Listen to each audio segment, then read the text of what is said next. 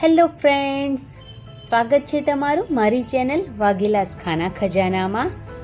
તો ઉપવાસ કે વ્રતમાં ખાઈ શકાય તેવા સાબુદાણા અને બટાકાના એકદમ ક્રિસ્પી અને ક્રન્ચી ફ્રેન્ચ ફ્રાઈઝ બનાવીશું। ખૂબ જ આસાન રેસીપી છે અને એકદમ ટેસ્ટી બને છે। તો ચલો રેસીપી શરૂ કરીએ। તો મેં અહીંયા એક મોટું બાઉલ લઈ લીધું છે અને બાઉલની અંદર 2 બટાકાને એકદમ સારી રીતે બાફીને મેશ કરીને લઈ લીધા છે। તેની સાથે મેં અહીંયા 1 વાટકી સાબુદાણાને 2 કલાક માટે પલાળી દીધા હતા। તો એકદમ સરસ ફૂલી ગયા છે સાબુદાણા, તો તેને પણ એડ કરી દઈશું।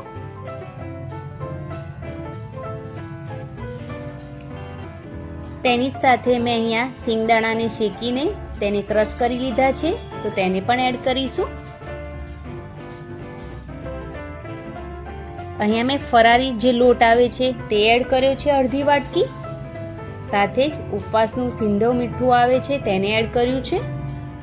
સ્વાદ પ્રમાણે તીખા લીલા મરચાં એડ કર્યા છે, થોડા ઝીણા સમારેલા ધાણા એડ કર્યા છે અને એકદમ થોડું જીરું એડ કર્યું છે।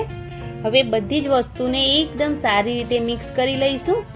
જો તમારી પાસે ફરાળી લોટ ના હોય તો તમે સ્કીપ પણ કરી શકો છો। તો એકદમ સારી રીતે બધી જ વસ્તુને મિક્સ કરી લીધું છે।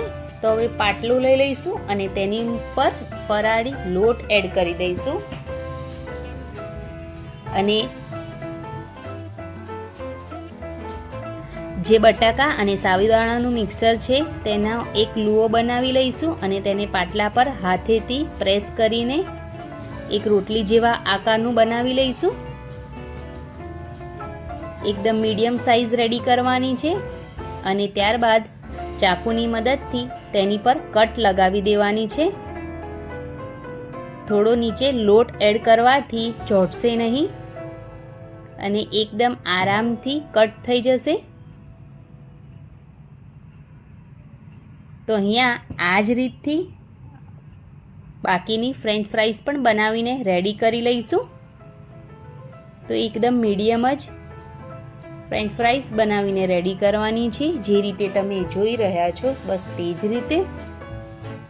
તો મેં અહીંયા બધી જ બનાવીને રેડી કરી લીધી છે ફ્રેન્ચ ફ્રાઈઝ। તો હવે તેને ફ્રાય કરી લઈશું। તો તેલ અહીંયા મેં પહેલેથી જ ગરમ કરવા માટે મૂકી દીધું છે અને તેલ એકદમ સરસ ગરમ થઈ જાય ત્યારબાદ તેની અંદર ફ્રેન્ચ ફ્રાઈઝ એડ કરી દઈશું। કઢાઈમાં જેટલી આવે તેટલી એડ કરીશું અને તેને એકદમ ક્રિસ્પી થાય ત્યાં સુધી ફ્રાય કરવાની છે। તો આ જે ફ્રેન્ચ ફ્રાઈઝ છે તેને ફાસ્ટ ગેસ પર જ ફ્રાય કરવાની છે। આરામથી 3 થી 4 મિનિટની અંદર જ એકદમ સરસ ક્રિસ્પી ફ્રેન્ચ ફ્રાઈઝ ફ્રાય થઈ જાય છે।